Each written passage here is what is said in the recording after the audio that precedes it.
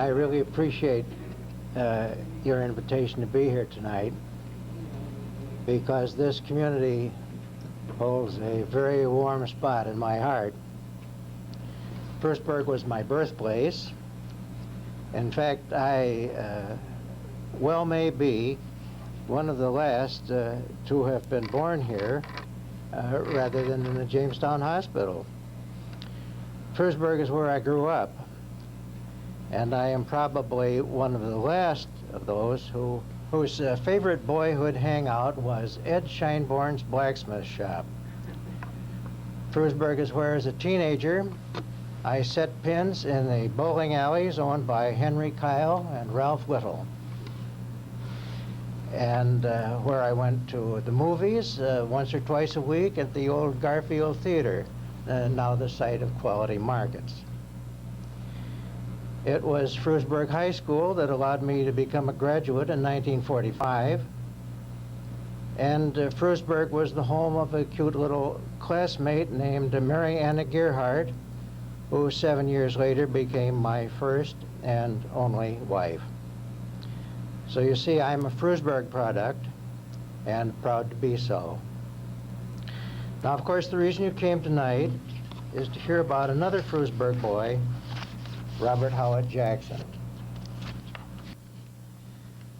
Throughout his life, Robert Jackson was very close to his family here, especially to his mother, his sister Helen, and later to his favorite and only nephew, Harold Jackson Adams. I remember many holiday celebrations at the Jackson home on Fairmount Avenue in Jamestown. I remember going horseback riding with him, cruising on his boat, the Alibi, going on picnics, driving around the countryside in his Buick convertible, and climbing Jackson Hill with him. In my senior year at Frewsburg High, Principal Leland Sanborn asked if I would write and invite Justice Jackson to speak at our commencement in June. On April 16th, 1945, I received this note from him. Dear Harold, I have your letter, and if ever I had any reluctance about coming to Frewsburg High School to make a speech, you have melted it. I would like to come and will try to do so, but I cannot give you an ironclad guarantee just now.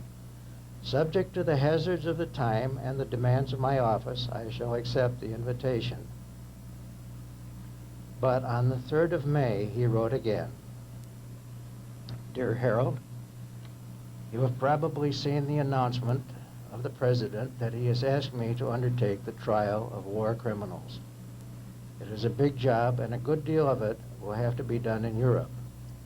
The chances are that I will not be here by the 26th of June. I shall have to cancel the promise I made to you because, much as I want to obey your orders, I have had orders from just a little higher source.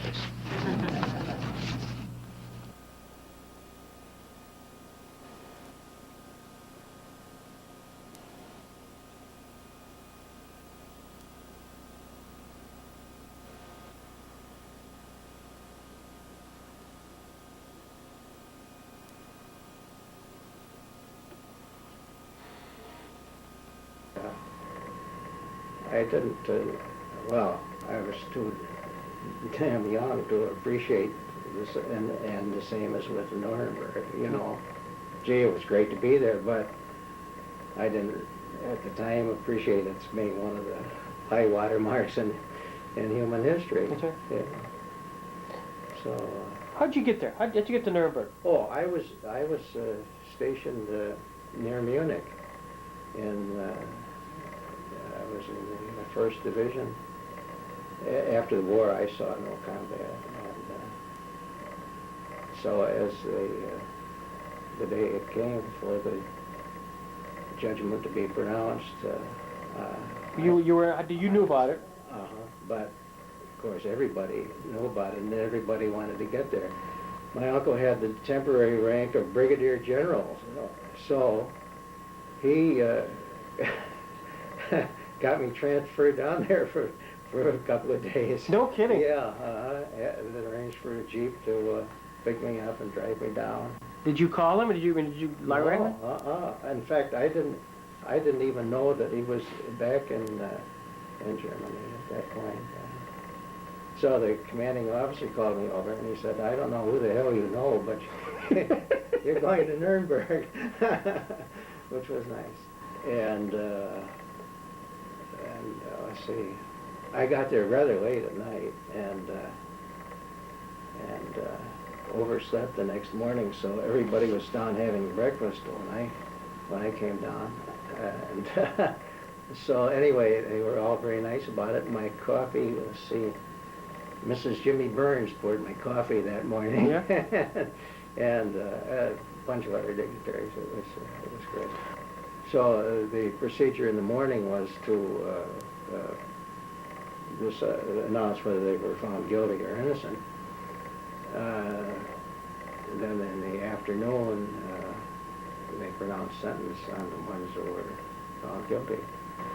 So that was the morning. Then I had lunch that noon in my uncle's chamber with General Lucius Clay. Here am I, a PFC, having lunch with General Clay and my uncle, which was quite interesting.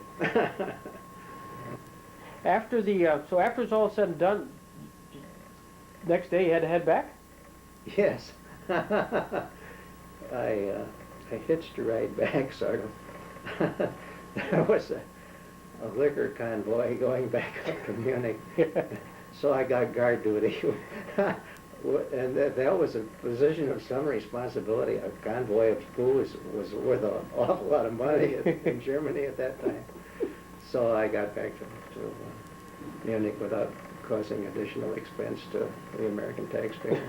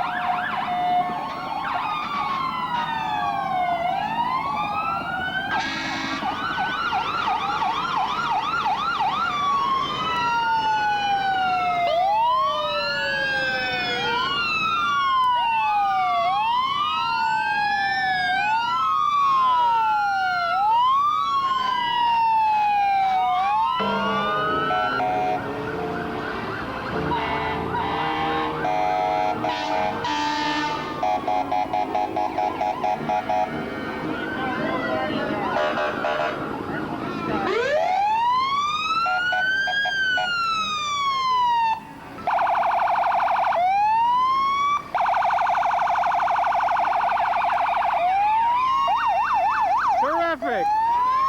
Terrific!